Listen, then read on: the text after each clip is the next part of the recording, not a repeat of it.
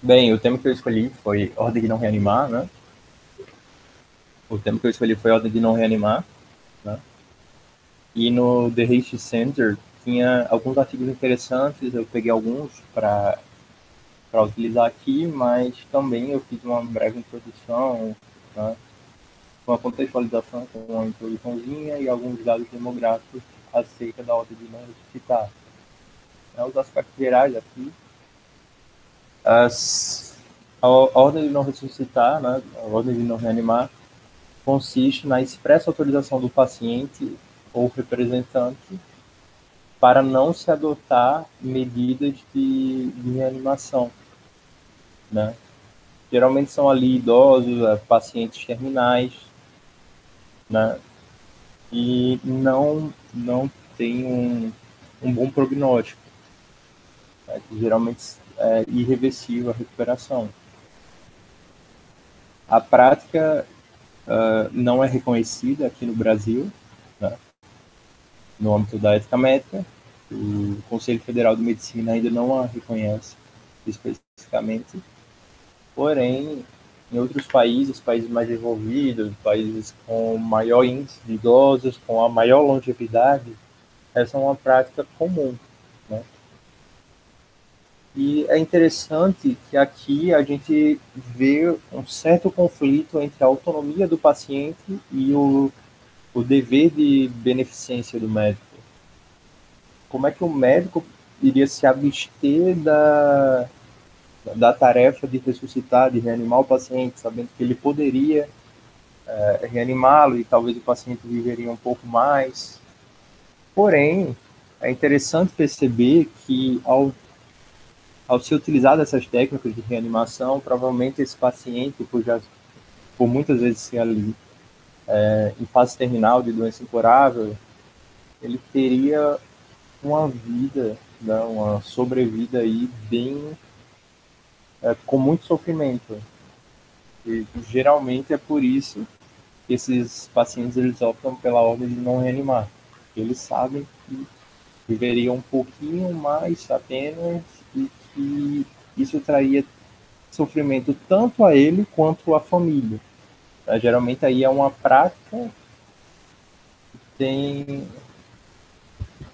que tem base aí a decisão conjunta, né? Família e paciente. Em alguns, em alguns, em alguns países, eles usam, os idosos eles se tatuam com a ordem de não ressuscitar para garantir que essa ordem de fato seja atendida. Mas também temos o documento lá, né, com a ordem de não ressuscitar por escrito, assinado e tudo mais. Agora vamos aos dados demográficos, né? Aqui no Brasil foi feita essa pesquisa e temos aí que 81% dos entrevistados, 81,7% dos entrevistados, dos pacientes entrevistados, não sabiam o que era a ordem de reanimar. E para familiares, 82%. Né? Já sobre a questão dele ser favorável a não ressuscitar em caso de paciente terminal, é bem interessante que, apesar de 81% não conhecer, não saber sobre isso, mais de 50%, né? Aqui temos a 64, 65,38% da, desse grupo de pacientes, eles são ou favoráveis, ou pouco favoráveis, ou muito favoráveis à não adoção de medidas de reanimação nesses pacientes. E para a família, temos aqui 67%.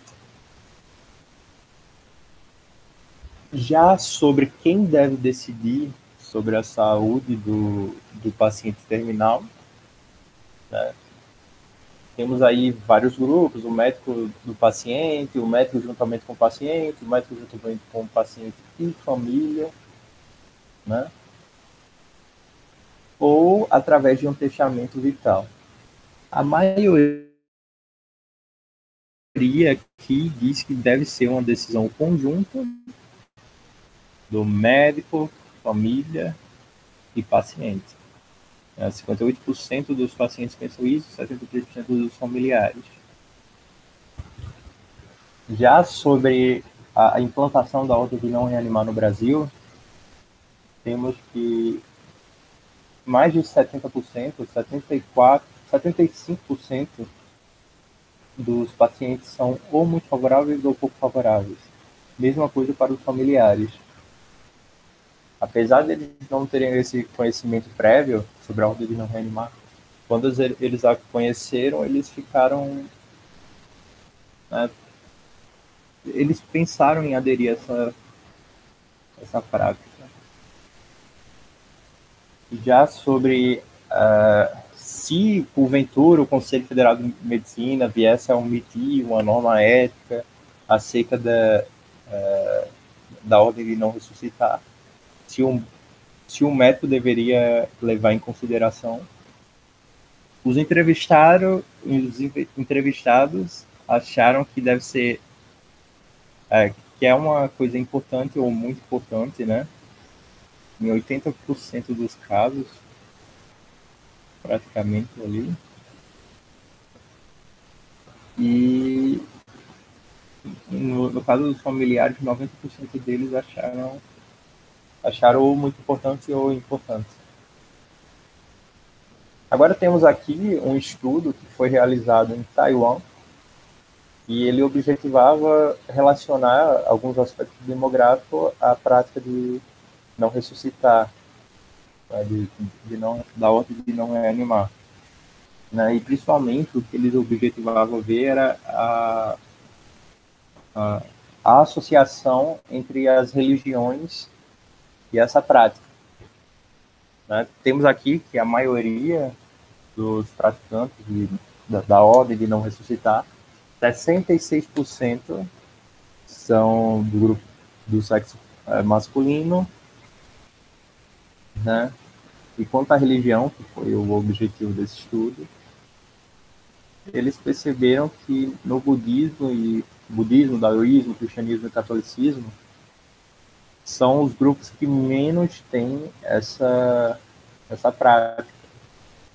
Talvez esteja relacionado aí à questão dessas religiões valorizarem o sofrimento terreno, né, para uma evolução de espírito, no caso do budismo e do daoísmo. No caso do cristianismo, você tem uma recompensa na pós-vida, né, aí, devido ao sofrimento terreno.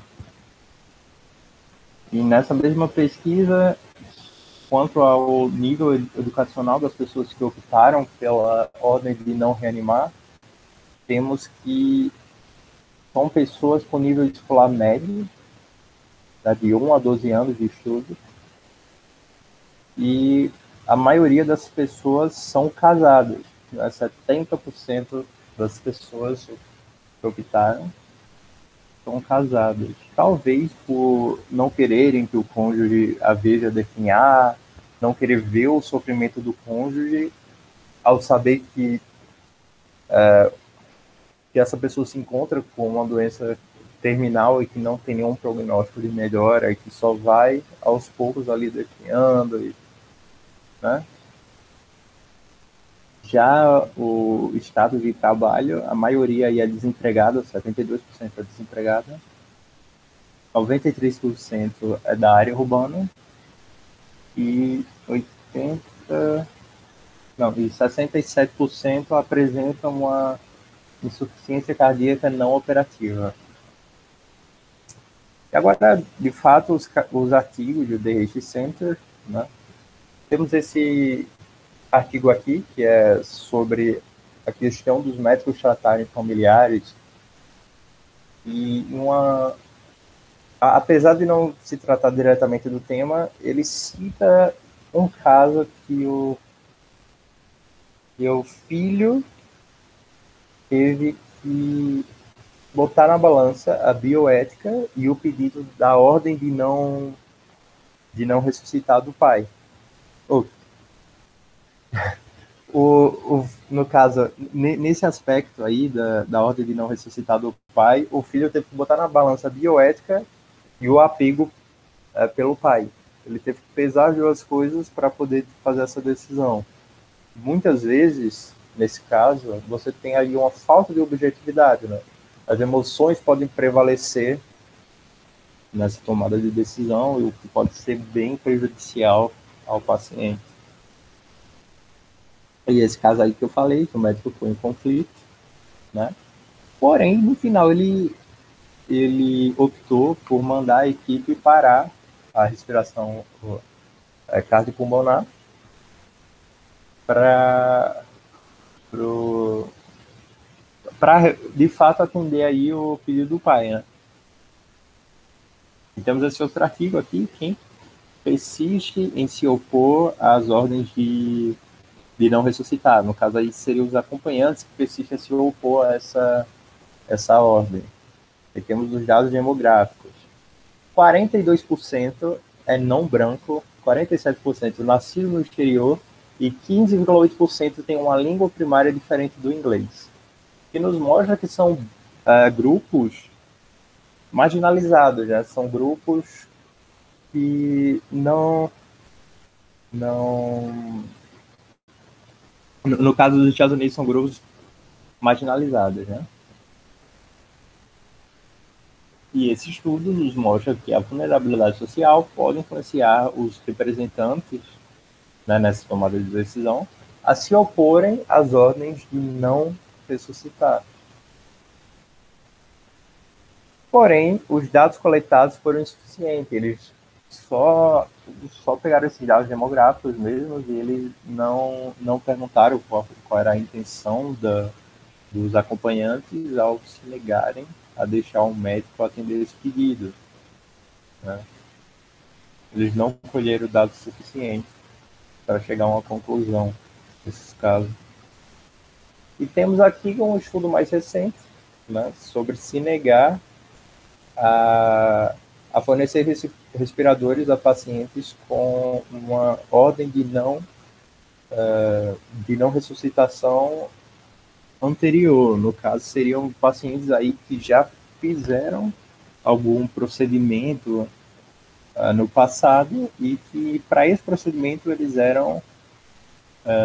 tinham essa ordem de não ressuscitar, mas não necessariamente agora no presente, né? O DNR, né, do Not Resuscitate, é um critério ou não? Com os respiradores escassos devido à pandemia, né, as necessidades de critérios para exclusão, temos a necessidade de critérios para exclusão. O objetivo é salvar o máximo de vidas, traçando a chance de mortalidade do paciente, mesmo com o uso de respiradores, né?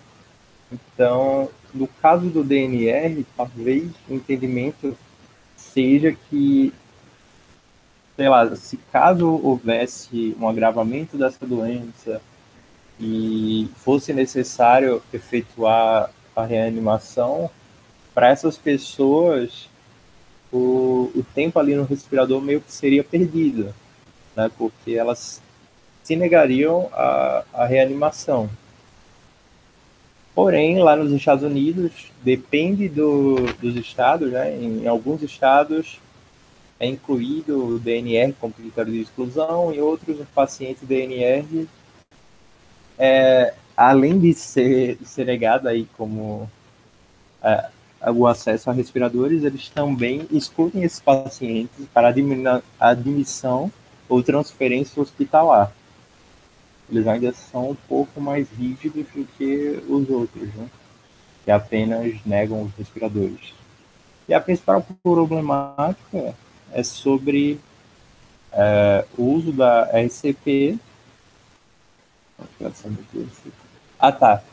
O DNR trata somente da reanimação, né? Esse parecer de algumas regiões poderia resultar na menor adesão ao DNR, ainda que indicado. Por quê?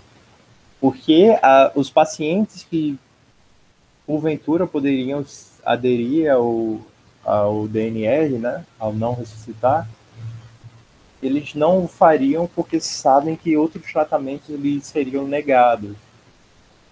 Talvez ali ficassem com medo até de paliativos serem negados justamente pelos respiradores, nesse caso, terem sido negados, ainda que não tivesse uma relação direta, né, entre os pacientes de NR e o uso de respiradores. E aí tá as referências que foram aí utilizadas nesse trabalho. E é isso.